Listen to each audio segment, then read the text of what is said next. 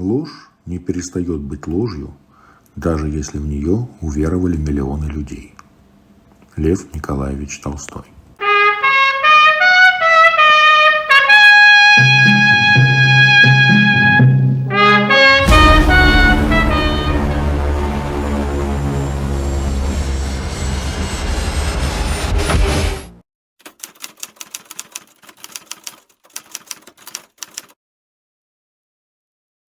Приветствую вас, дорогие друзья! Я Михаил Сарбучев, и вы на канале исторических расследований «Все было не так». Продолжаем цикл передач, в котором мы предлагаем вашему вниманию гипотезу о том, что никакой индустриализации на самом деле в 30-е годы СССР не провел. И стараемся доказать это с фактами в руках. В одном из наших предыдущих роликов мы рассматривали автомобильную промышленность СССР и пришли к выводу, что она оставляла желать много лучшего. Но ведь не ради автомобилей затевалась индустриализация. Индустриализация затевалась, и, кстати, большевики этого никогда не скрывали, ради того, чтобы в огромных количествах клепать оружие. И с предельной откровенностью они заявляли, что наша цель – война, и качество экономики страны определяется исключительно тем, сколько самолетов, пушек, танков она способна произвести. Если завтра война, если завтра в поход, будь сегодня к походу готов. И, собственно, этим-то обычно объясняются репрессии, жертвы, голод, низкий уровень жизни советских людей. И все это плата за создание этого бронированного кулака страны Советов. И вроде бы как он был вполне себе создан. Историки, публицисты, в частности Владимир Бишанов, насчитывают 26 тысяч танков, которые произвели заводы СССР к 22 июня 1941 года. Цифры у разных исследователей немного разнятся, но даже если это было 20 тысяч или 15, в любом случае это больше, чем у всего остального мира вместе взятого. Ну что ж, давайте попытаемся рассмотреть подробнее, что собой представляет этот бронированный кулак товарища Сталина. И начнем мы с ТОПа. ТОПом на 1 сентября 1939 года, конечно же, был Т-35. А почему не Т-34? Потому что к сентябрю 1939 года, то есть к моменту, когда началась война в Европе, а именно к ней, напомню еще раз, большевики и готовились, и именно войну они сами же себе обозначили в качестве промежуточного финиша, легендарная 34-ка существовала только в виде нескольких опытно-конструкторских образцов. Более того, для серийного производства ее в СССР не было станков. Они были закуплены только в декабре 1940 года. У кого бы вы думали? У Германии. И на этом пункте стоит остановиться подробнее, пока вы рассматриваете ведомости на закупку оборудования для завода номер 183 и еще нескольких предприятий. Я напомню историю вопроса. Курс на индустриализацию обозначил 14-й съезд ВКПБ. Состоялся он 18 декабря 1925 года, то есть за 15 лет побед и свершений в стране так и не был создан необходимый станочный парк для производства современных танков. И его пришлось закупать у вероятного противника. Но Т-35 это был символ, это был не просто танк, это был такой пятибашенный монстр, гигантский, красивый, постоянно присутствовавший на парадах, на плакатах и даже на медализаторе вагона изображен.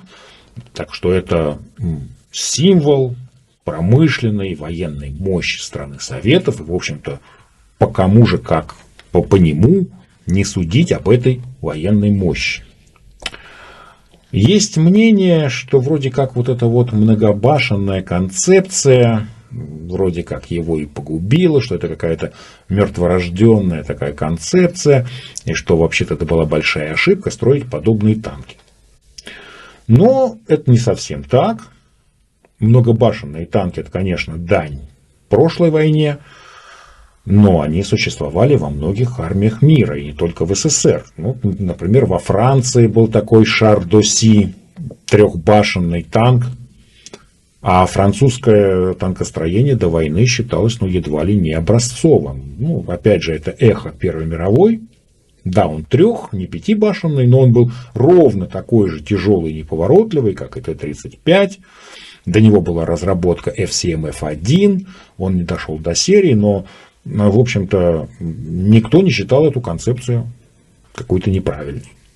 Трехбашенные танки были в Великобритании, но в частности крейсерский танк Викерс МК-1, он послужил прототипом для советского Т-28.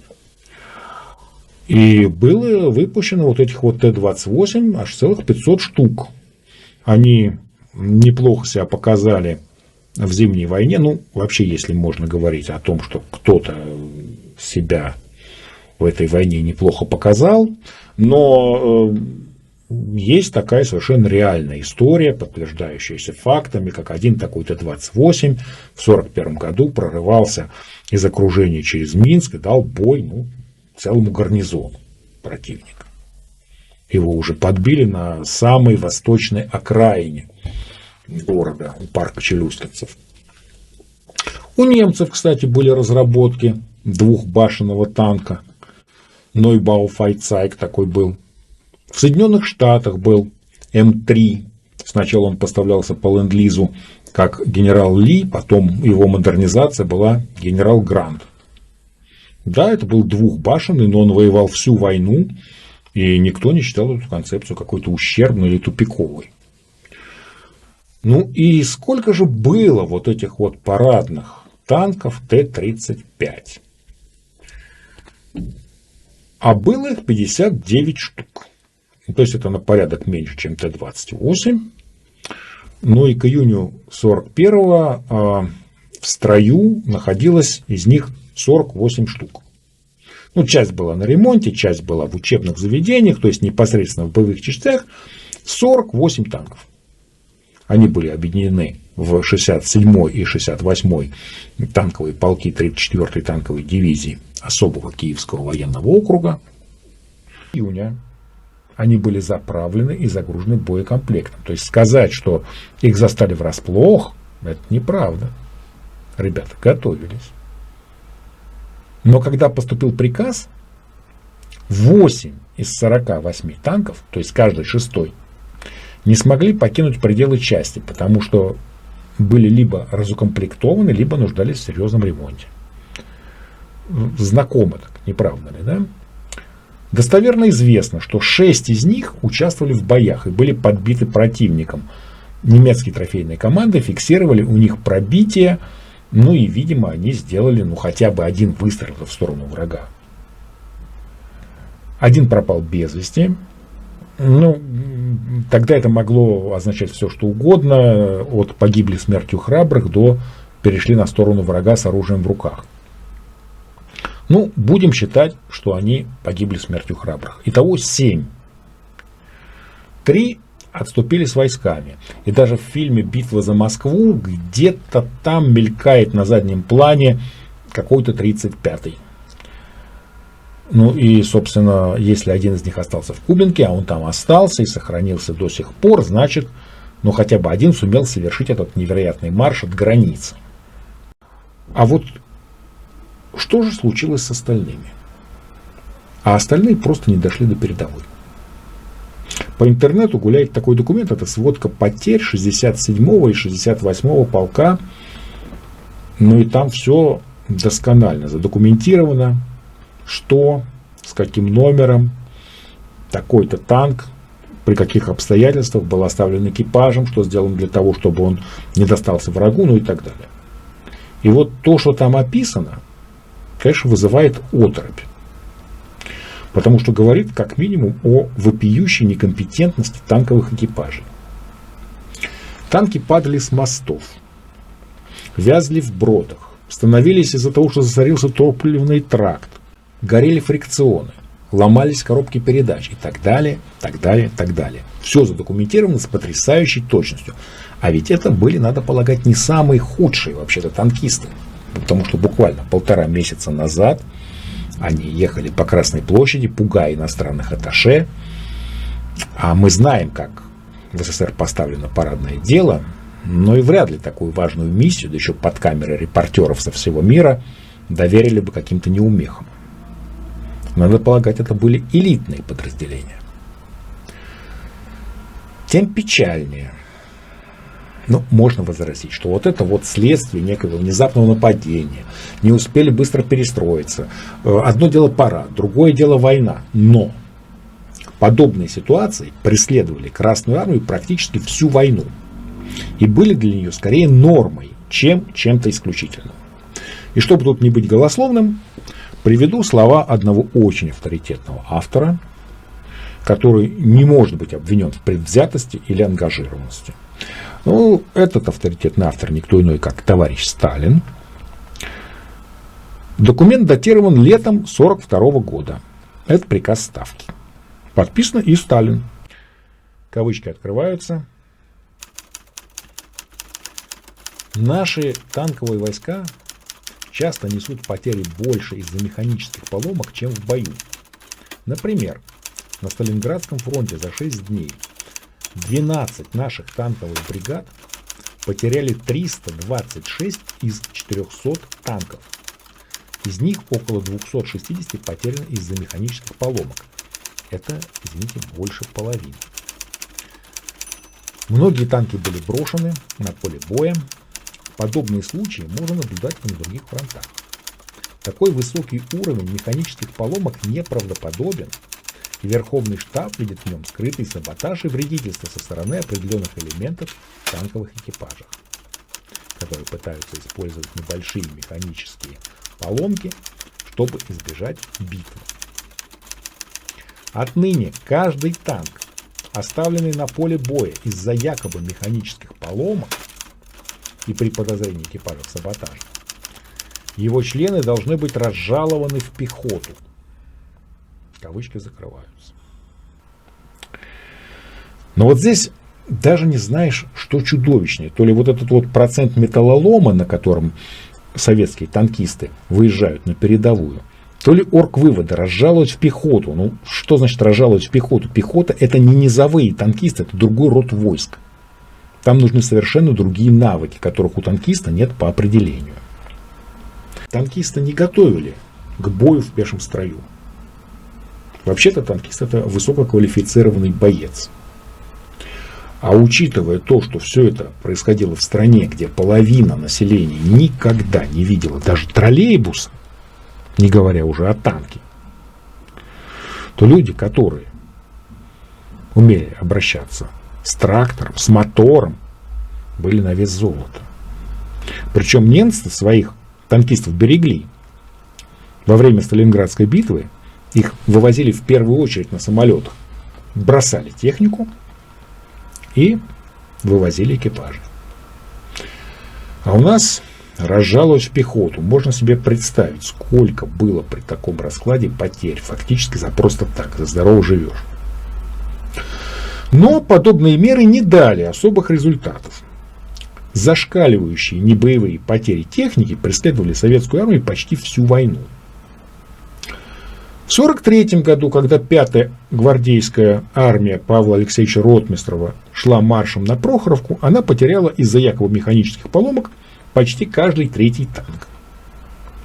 В августе 1943-го 1-я танковая армия потеряла 50% своих машин по причинам, связанным с техническими неисправностями. Но мы сейчас не рассматриваем вопросы боевого применения советских танков. Мы рассматриваем вопросы все-таки промышленного производства. Ну и как же должно быть организовано это производство, что выдавало в условиях военного времени от 30 до 50% брака. Ведь эти изделия теоретически должен был принимать какой-то ОТК. Должна была быть военная приемка, в конце концов. И кто-то теоретически должен был за все это нести ответственность. Можно, конечно, посчитать, что все это были действительно акты саботажа, но тогда какой же процент саботажников был в Красной армии?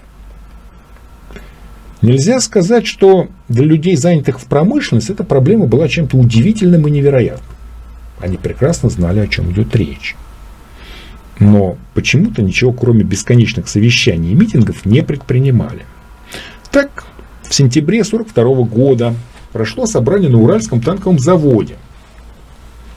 Собрание проводил генерал-майор Котин, зам наркома танковой промышленности СССР и главный конструктор тяжелого танка Клим Ворошилов. В своей речи он сказал, кавычки открываются: «Рассмотрев проблемы инженерного и технологического характера, я хотел бы обсудить еще один вопрос, который имеет прямую связь с недостатками производственными. Они в себя включают небрежность и неаккуратность в процессе производства танков на заводах, плохое качество контроля.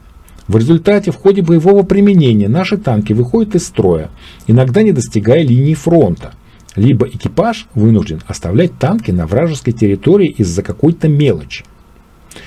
Мы должны убедиться, что в результате этого собрания все недостатки будут выявлены и исправлены в кратчайшие сроки.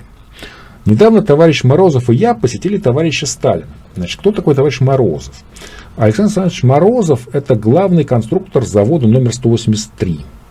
Один из создателей танка Т-34. Дважды герой социалистического труда. Но на тот момент он еще не герой. Он героя получил в 1943-м, а второго героя и вообще в 1974-м. Но человек авторитетный, кавалер ордена Ленина, лауреат Сталинской премии на тот момент. Так вот, значит, товарищ Сталин обратил наше внимание на то, что вражеские танки свободно прошли многие километры наших земель. И хотя наши машины лучше, они имеют серьезный недостаток. После 50-80 километров они требуют ремонта.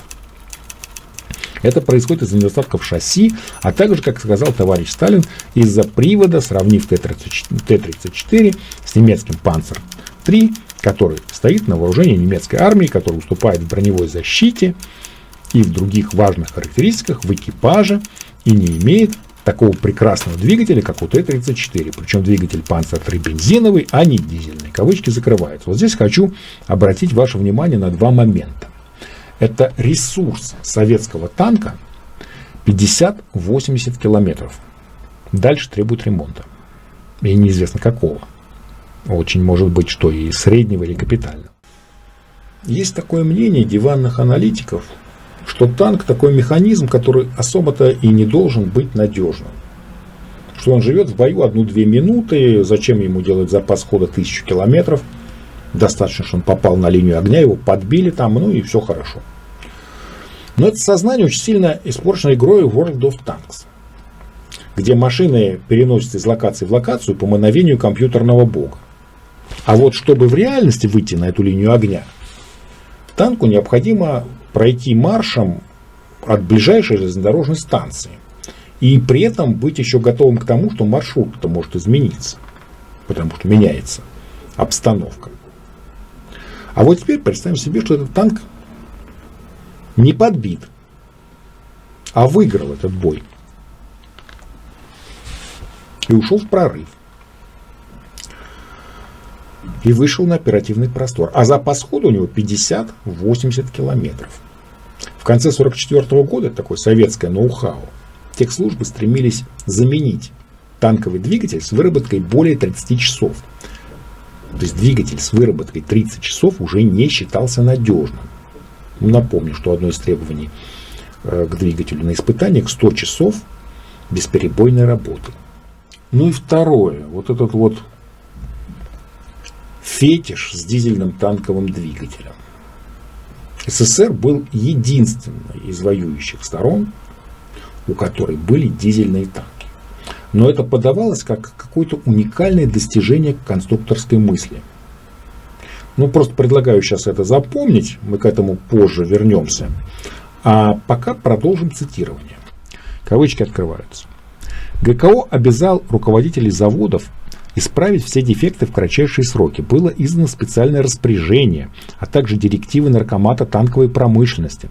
Несмотря на все эти принятые резолюции правительства, несмотря на неоднократные указания армии и Главного управления танковых войск, тем не менее, все эти недостатки все еще не устранены.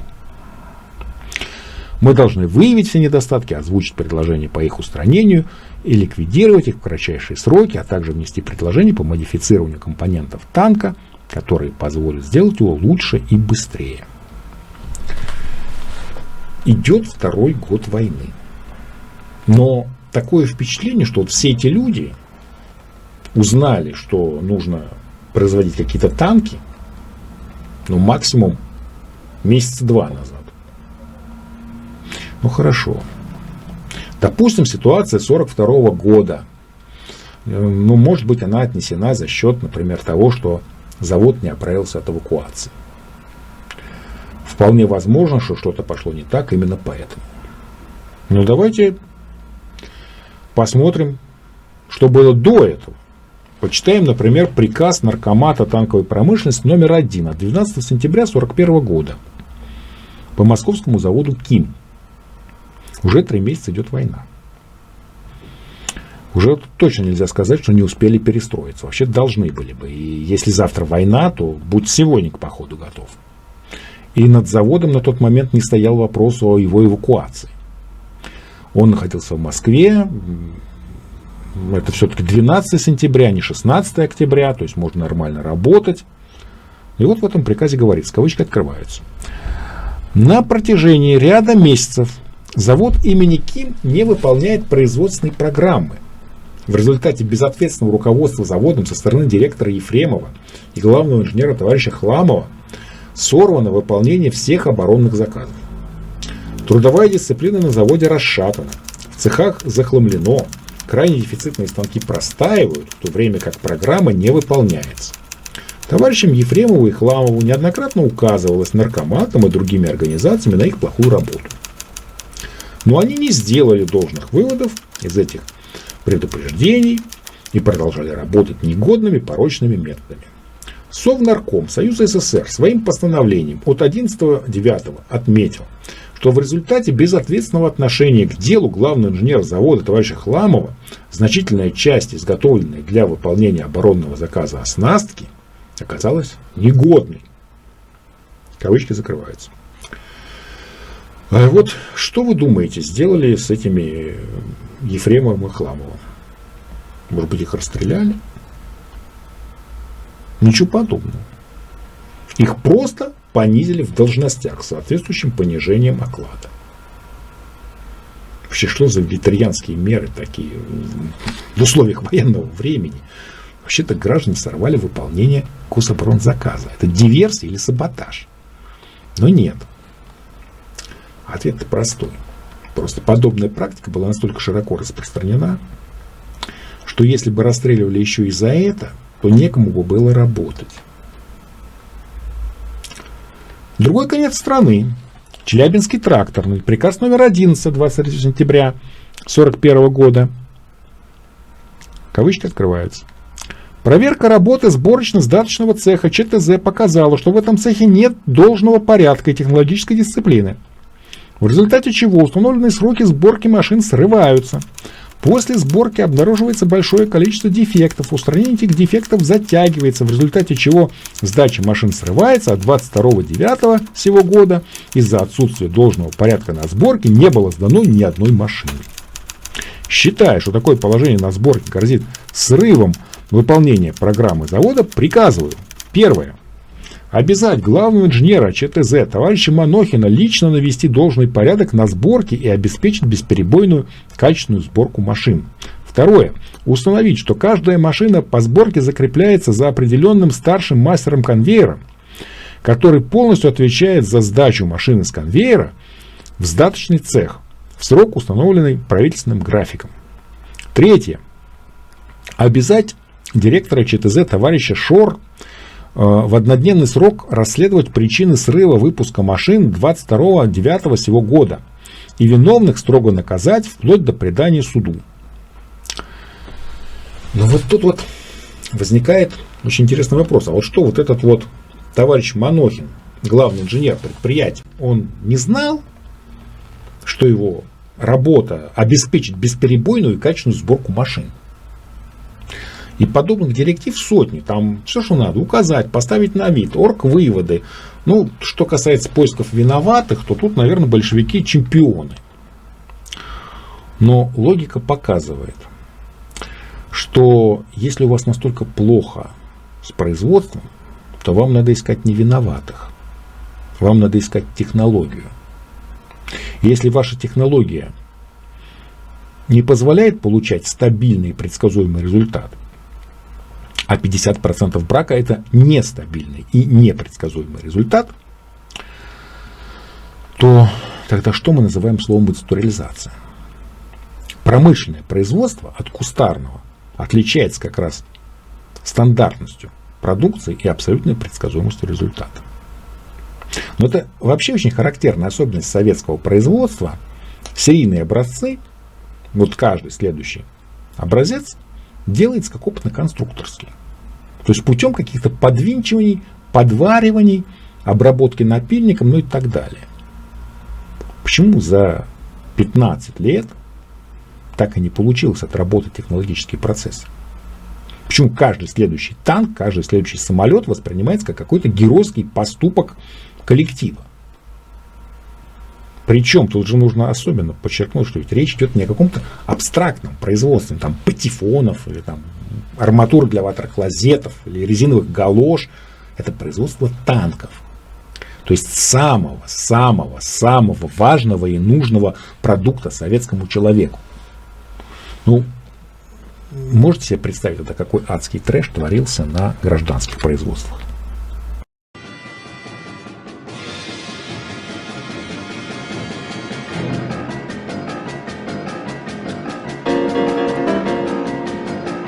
Все-таки хочу реабилитировать товарища Манохина, а то может создаться впечатление, что это какой-то разгильдяй или саботажник.